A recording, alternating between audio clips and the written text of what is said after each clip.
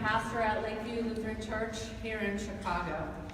And I really appreciate being asked to help facilitate this gathering today.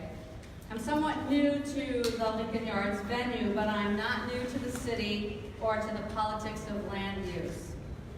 It was my honor to be a part of a landmark action that interrupted business as usual, enabled a community-driven process to bring a more inclusive, more comprehensive, more thoughtful plan and development into my neighborhood. We want to be clear today that this is not an anti-development demonstration. It is, however, a challenge to the status quo process of how decisions and development and the distribution of public dollars have been made. And not just by this administration, but by civic leaders in the city of Chicago for decades. Directions, discussions, deals get made in private and privileged settings and then rushed through public venues. So we're here today because hundreds of Chicago citizens are willing to stand up and say, not this time. As this administration comes to a close, we recognize the intentional manipulation of the process to push through legislation that will tie the hands of incoming leaders and impact Chicago's neighborhoods and citizens for decades. On the agenda of the CDC today is the proposed Cortland-Chicago River TIF connected to the Lincoln Yards development. In this proposed TIF, an estimated $800 million of public money will be directed towards infrastructure that supports a high-end development project.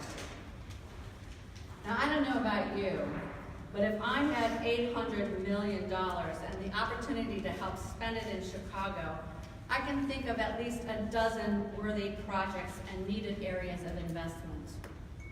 For example, there's CPS and the underfunded neighborhoods and neighborhood schools in the South and West Side neighborhoods, as well as just honoring our commitment to teachers and their families. I think there are millions of opportunities to spark new and small businesses in underserved areas and generate community renewal in blighted areas. And you know, that could be small venues of music or sports that would bring culture and jobs into much needed areas. I can think of opportunities to expand green spaces and public parks that are not simply accessible, but are owned and managed by the public.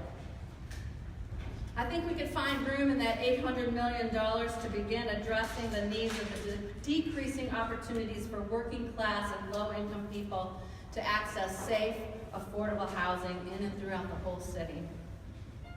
And if you're committed to improving infrastructure, I can assure you that there are many neighborhoods in this city that would appreciate having streets and pavements and water lines and utilities and equitable access to the internet.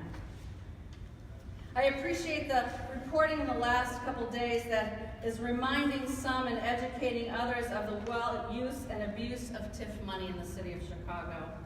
Far beyond the intended purpose of providing resources for blighted or underserved communities, we see large sums of money being channeled into downtown and other projects that serve a limited and already resourced population. Perhaps that's why the Sun-Times recently posed the question of TIFs to the mayoral candidates. All of this is to reiterate our call to slow the TIF process on Lincoln Yards and to allow the community and city visionaries and the next generation of leadership to lay the groundwork that will tear down the barriers that keep Chicago a tale of two cities. You know, there's no urgency to the proposed project, but there is an urgency to stop business as usual. That leaves us and our children left holding the bill. So at this time, it is my honor to invite comments by my alderman, Scott Wagasback, and then others who would like to share some perspectives on why it is important for us to slow this process in our city. Can you say your name one more time? Pardon me? My name? Yes. Lila, L-I-A-L-A, Buchema, B as in boy, E-U-K-E-M as in Mary, A. Alderman?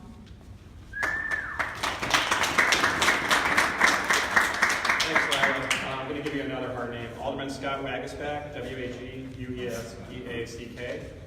Thanks everyone for being here today, and I want to thank all the people behind me, mayoral candidates, aldermen, community activists, business leaders, people in the music industry, people who represent our schools, parents, teachers.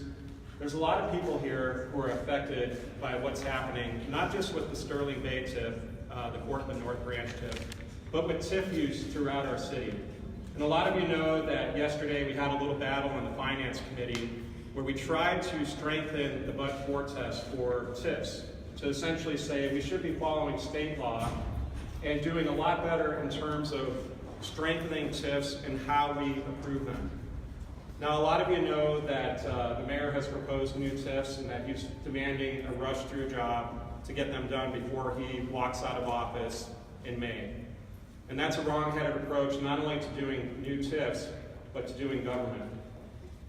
Decisions like this should be left to the community and to the people who would be taking over the reins, and that could be one of several people, not only here with me today, but throughout the city that are running to be the next mayor of Chicago.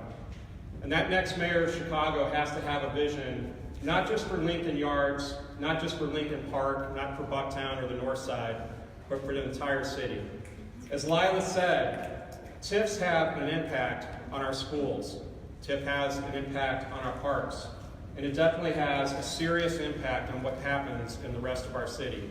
The economic challenges that we are facing throughout the city in terms of economic development on the south side, the west side, and throughout many of our neighborhoods is exacerbated by putting more TIFs in areas that don't need it.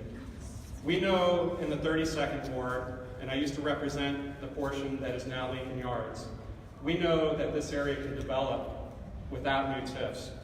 We know that this area can be done in a way or built in a way that represents the qualities and the type of development that people on the north side want. But we are also concerned, and I've seen this concern growing and growing as this TIF has been pushed forward, about the communities around the rest of the city who don't have the same resources that we have on the north side. We're looking at defunding of our schools. We're looking at defunding of our police department, our fire department, and first responder resources that we need to help citizens throughout the city on issues like the mental health crisis, our children's wraparound services in the school.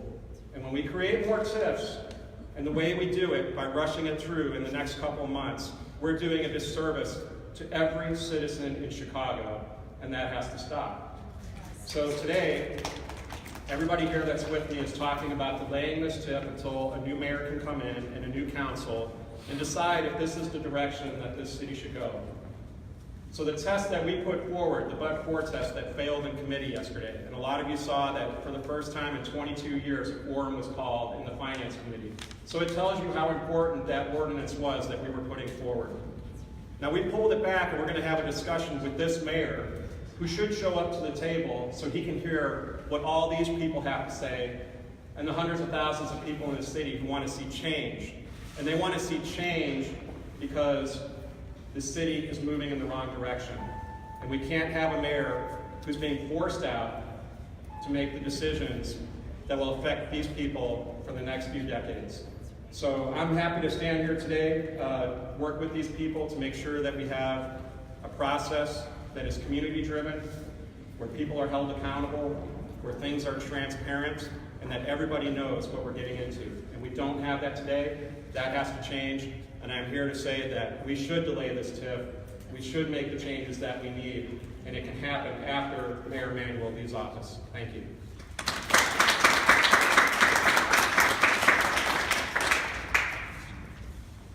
And we thought it would be important to hear from some of the community people who have a strong interest in this, whose areas of service are impacted. And so we just have a couple of speakers. I want to introduce to you Mrs. Huu Nguyen, who's a CPS parent and board member of Raise Your Hand Action. Hi, another hard name for you is, my name is Huu Nguyen, H-U-U-N-G-E-Y-U-N. As Reverend Lila said, I'm a CPS LSC parent rep and a board member with Raise Your Hand Action, which is the sister organization of Raise Your Hand. Raise Your Hand has been involved in TIF campaigns since 2010 when we delivered 5,000 petitions to Mayor Daley asking to surplus the TIF funds. And we won the first ever surplus of $93 million to the schools. But since then, yes, you can clap. Since then, our schools have been bludgeoned, they've been closed, they've been stripped of librarians, social workers, nurses, and so much more in countless schools throughout the city. While the budget problems at CPS affect all schools, it hits schools in our Black and brown communities the hardest. And the city has made no plans for a dignified school day for all of our children in Chicago. So at a time when our public schools are woefully underfunded, under-resourced, Rahm Emanuel is racing to create 2 new TIFs to build infrastructure for luxury development. These are both TIFs in the center of our city, surrounded by affluence. And we know they are not areas suffering from disinvestment. So once again, we see a city government taking care of corporations and developers while ignoring and abandoning the existing Chicago neighborhoods, especially our neighborhoods and the communities of color. Instead of expediting new TIFs, the mayor's priority should be returning the surplus dollars from the existing TIFs back to our schools, park districts, and taxi rides. CPS needs a full operating budget if it's really going to truly address the urgent inequities in our cities. We have parents in our group who are sitting in schools all day because there is no nurse assigned to that school. We know students who have never had a music class in their K-12 experience. We know too many students who desperately need resources and support but have no access to counselors or social workers. Yet, the city wants to set up 2 new TIFs and freeze more tax dollars, giving $800 million to one developer and $500 million to another. It's disturbing, to say the least, and to say it nicely. But I will say, we are here to say delay the TIF and reset your priorities because we want to reimagine an equitable city of Chicago. Thank you.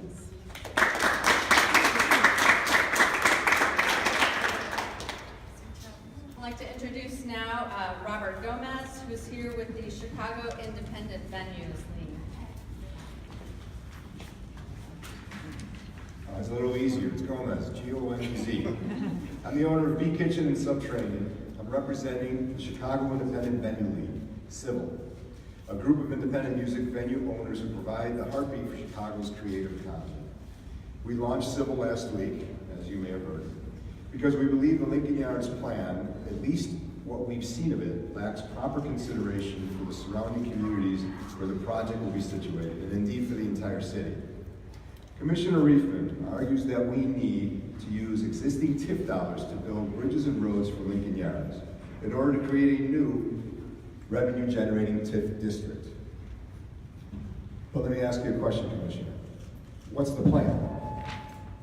Does anyone here know what the actual plan is? What are we investing in as taxpayers? A mega mall of concert venues, 60-story buildings in between Bucktown and Lakeview, a stadium that will house 20,000 for soccer games, and more importantly, 30,000 for concerts. And how will 20,000 residents that will need to come and go, along with a multitude of employees, get in and out when all of that is happening? By building a couple of roads and a bridge?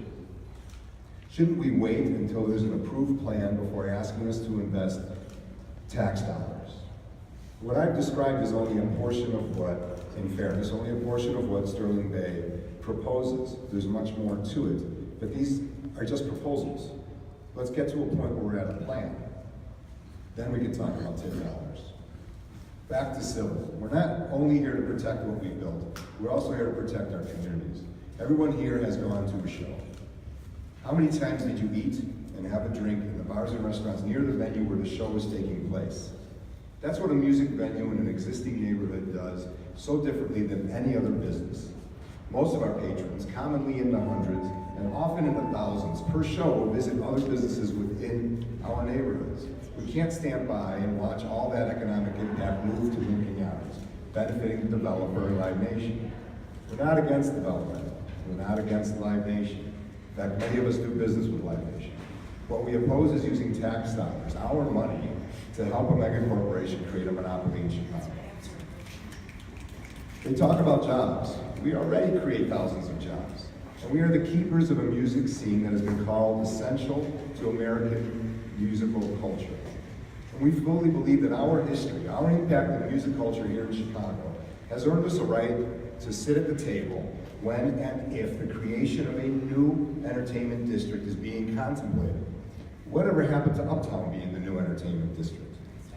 We didn't react to that idea because we applaud restoring historic venues and bringing economic vitality to an existing neighborhood that is in need.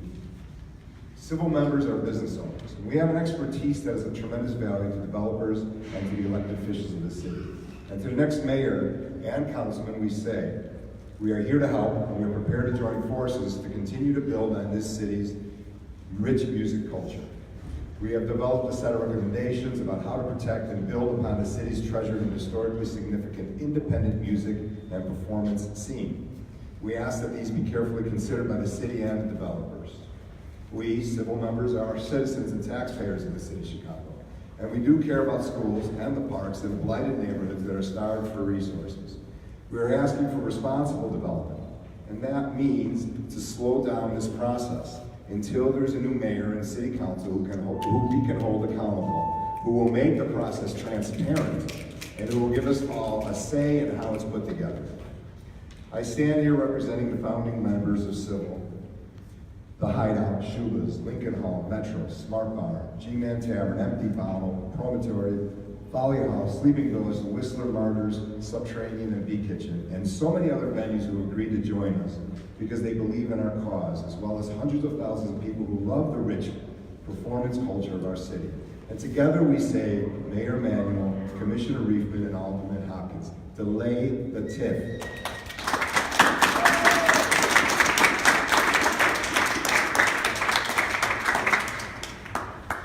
Before we move to the next category of speakers, I do want to say that it's so amazing that we only have a couple of representatives of the number of organizations and folks who have an investment in this. At a number of community meetings, you hear from school teachers, you hear from parks people, we hear from business owners, we hear from neighborhood groups. This isn't, the interest isn't just limited to the people who are able to stand behind us today in the middle of a work day, but it represents a whole swath of people who recognize the need to slow this down. And so it is my pleasure now to kind of move this comment section to some of the the mayoral candidates who've come today to express their support of the, hopefully, I will cut this mic off. Sorry. In City Hall tradition. Our mayoral candidates who want to speak a little bit to the issue of TIF, and we'll do that in alphabetical order, just like the article in the Sun-Times. So I'd like to introduce first Amara Enya.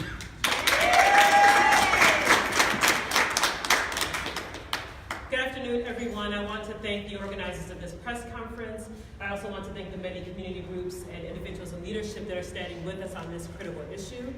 I stand here not just as a mayoral candidate. I stand here as a resident of a community that would be classified as blighted according to state law when we think about how TIF should be used. I also stand here as an economic development professional who has worked on many projects for which in some areas of the city TIF dollars were sorely needed and yet did not materialize. I stand here as a supporter and working professionally with the small business community, and also as a patron, a regular patron, Mr. Gomez, of venues like Subterranean, like the Promontory, that have added to the rich culture of this city. The power of this press conference is that you have individuals from all sides of the city saying that we have to be responsible about what development looks like. The fundamental question is whether or not TIF dollars should even be allocated for a project that's not taking place in a blighted community. That is a fundamental philosophical difference between the current administration and what a future administration, in particular an administration that I would head, would talk about. Balanced development is not just in word only. It requires a tangible reallocation of resources to those areas in the city that have not benefited from our public tax dollars. It is critically important that we reform and reshape these conversations and make sure that development projects moving forward actually reflect our values. It is imperative not just for communities like mine in which I reside, but for the city to be truly great and to have the kind of thriving economy, to bring back our population, and to make sure that everyone is entitled to a high quality of life. TIF reform cannot simply be a catchphrase that comes around in campaign time. And words like equity should not become campaign phrases for those who don't truly understand what it means. This is the city's opportunity to demonstrate that we believe in equity. And for that reason, I stand in support of the individuals who gathered here today, calling for the slowdown of this entire process to make sure that there is one that is thorough, thoughtful, vetted, and actually reflects the values of equity and balanced development that we talk about in the city of Chicago. Thank you.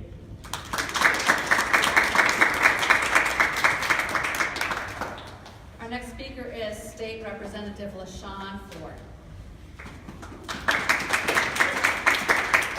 Thank you so much, LaShawn Ford, State Rep of the 8th District. So today I want to thank the aldermen who are bold enough to stand and to help lead this charge in City Hall.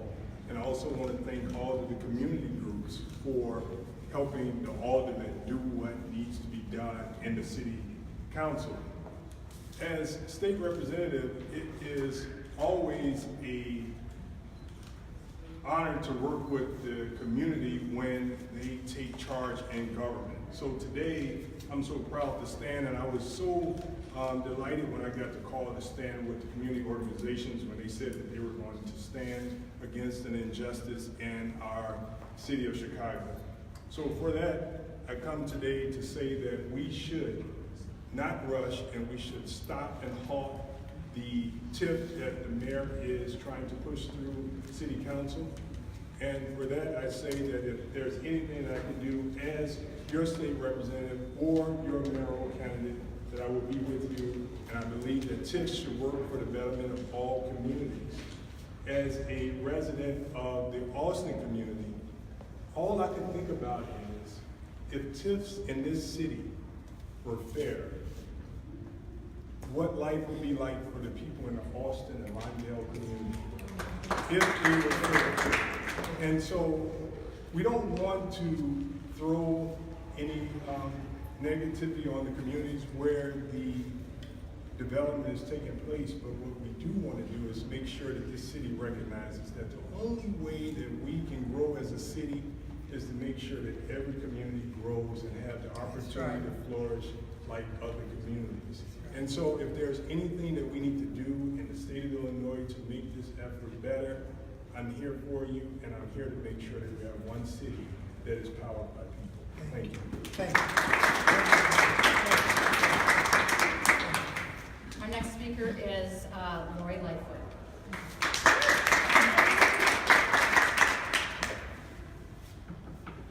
It's my great pleasure and honor to stand with so many voices, so many perspectives who have come together to say that this TIF needs to be slowed down.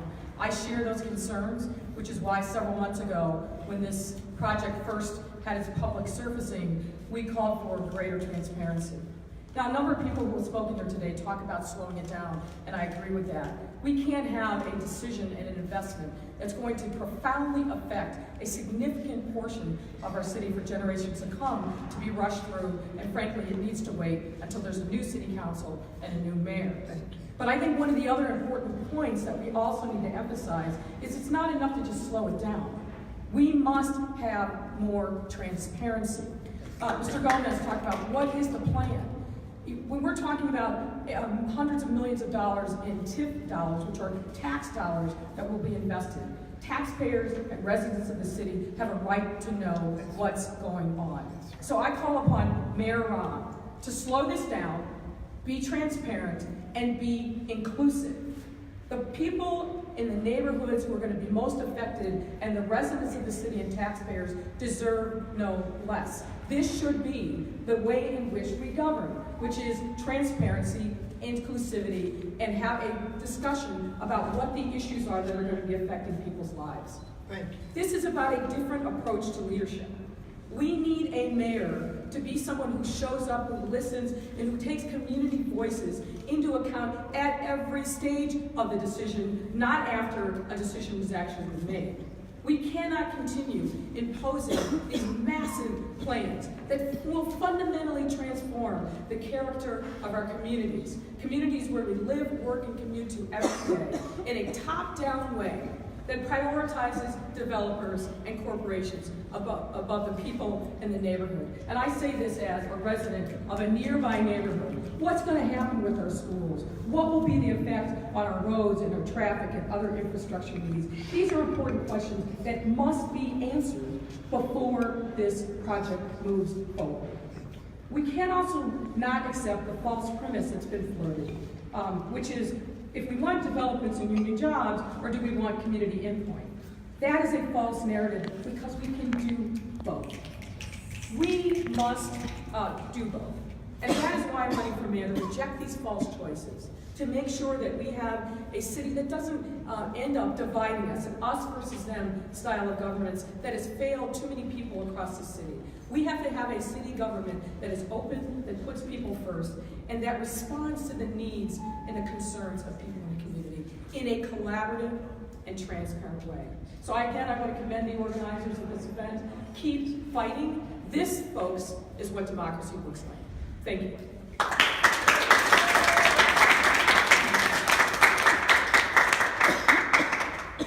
Thank you so much. And our final candidate is Paul Vallis. Thank you. Well, first of all, thank you very much. The last time I was here, I think somebody disconnected my mic. Of course, we can all remember. We all know what that's like. Look, I'm just here to double down and to reiterate what everyone else has said. We really need to delay this TIF. In fact, we need to delay any action on TIFs going forward. I certainly hope that the City Council is as bold should the pension obligation bond rear its ugly head, and think about delaying that too, that monstrosity, because that will rival the parking meter fiasco in terms of the long-term damage to the city. But that said and done, look, I'm troubled by the fact that they're trying to separate this issue, trying to get the TIF passed without the development, without reaching a consensus. And I've been attending those community meetings, not testifying, but I've been in the back sitting, taking notes and listening. And let me tell you, if talking about trying to ramrod something through, so there should be no move on any TIF until a new mayor is elected and a new city council is in place. And there should not be a move on the TIF until there's a developmental plan that's clear and that's concise and that's transparent and that the community embraces and supports. I'm also troubled by the let's call it the vertical development here. Where investment is occurring in maybe 5-6 wards, maybe 10 wards tops, 8% of the city, are economic deserts in terms of the absence of investment. Many communities are in a state of deep, deep depressions going on decades. So I'm troubled by the fact that we seem to be overdeveloping areas that are not in need of significant new development, while totally neglecting the other areas. And in particular with this TIF, I'm not only troubled by the high-rises, I'm troubled by the music venue. This is like big box music. Open a big box and kill all the local retailers. At the end of the day, there are plenty of music venues. And I've talked to a number of operators who sometimes have suggested that they've been intimidated when they voice too many protests. So I want to recognize and I want to congratulate those who have been bold enough to come forward. I'm also troubled by the need of another stadium. I don't know if we need a soccer stadium, what Soldiers Field. I don't see the lights on in that stadium beyond the Bear games that they have, or the fact that they're going to be bringing the Rolling Stones. So at the end of the day, we need a new stadium like I need a bigger head. So we need to, there are practical issues. There are practical issues about this TIF, and those issues need to be addressed. But let me just tell you one thing. It's really important that we change the TIF paradigm. TIF is a tool, it's an economic development tool, and when it's used effectively, that economic development tool can be successful. But changing the paradigm means not extending TIFs when they've been successful. It's allowing those TIFs to end so that the local governments, like our schools, like our municipalities, like our park districts, can benefit.